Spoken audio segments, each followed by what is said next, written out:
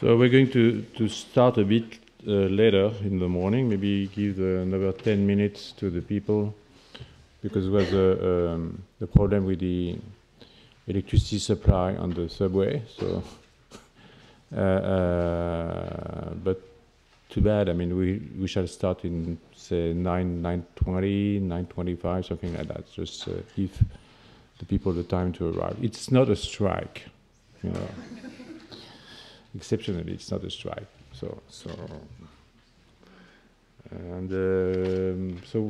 people coming from the airport cannot travel, and people living in the suburbs cannot travel either.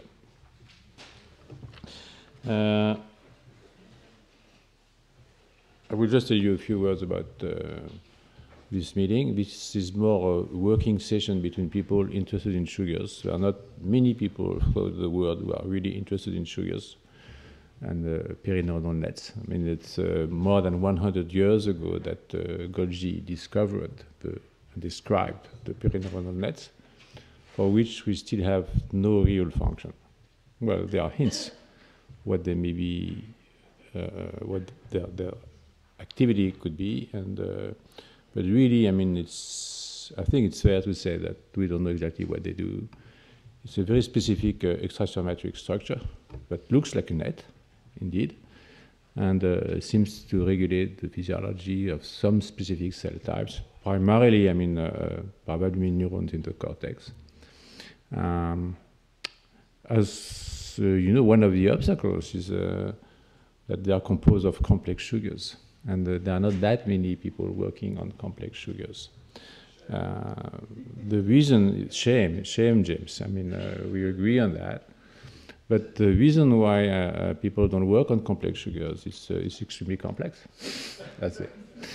And we are in need of good sugar chemists. I remember when we started to work on complex sugars in the mid-80s, we did a few studies in my lab on the role of defined sugars on the neuronal polarity.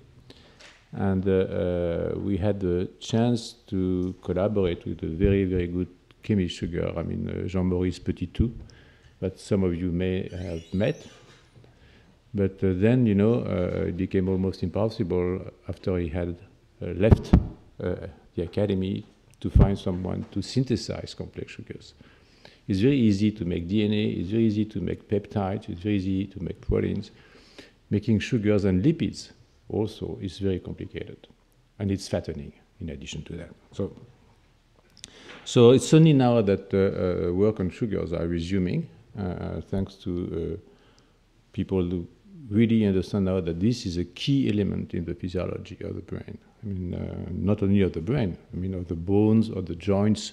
I mean, all these places where you have this extracellular matrix, which is extremely rich in glycosaminoglycans, to make it short.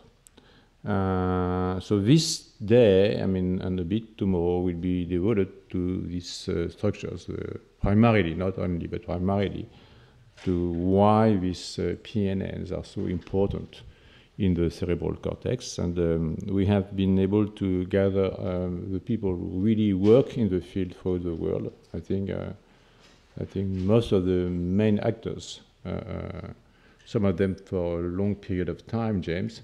Well, you're younger than me, you said, right? So, yeah, much, yes. Some of them for long periods of time, I mean, which are still, I mean, working on this, and I've been able to maintain this topic, I mean, throughout the years, in spite of the lack of interest of many people in the community, which I think it's a pity. If you wish, I mean, Cyril, we're going to wait. I would like to give the people another 10 minutes, okay? So please be quiet, because I hope that the subway will be fixed soon enough that more people arrive during the day. But if not, it will be between, most of the people are here. I mean, Takao has not arrived yet, Takao Hensch. He must be in Roissy somewhere at this point, trying to rejoin the capital. But he will arrive, I mean, before his talk, which is tomorrow anyway. So, no, it's this afternoon, right, Takao? No, it's tomorrow. And the organizer, Ariel Dinardo, is also stuck somewhere, so we're also waiting for him. Okay. So, this being said, I think we have to take another 5-10 minutes, and Cyril, you will start 10 minutes late, if you don't mind. Okay. Okay.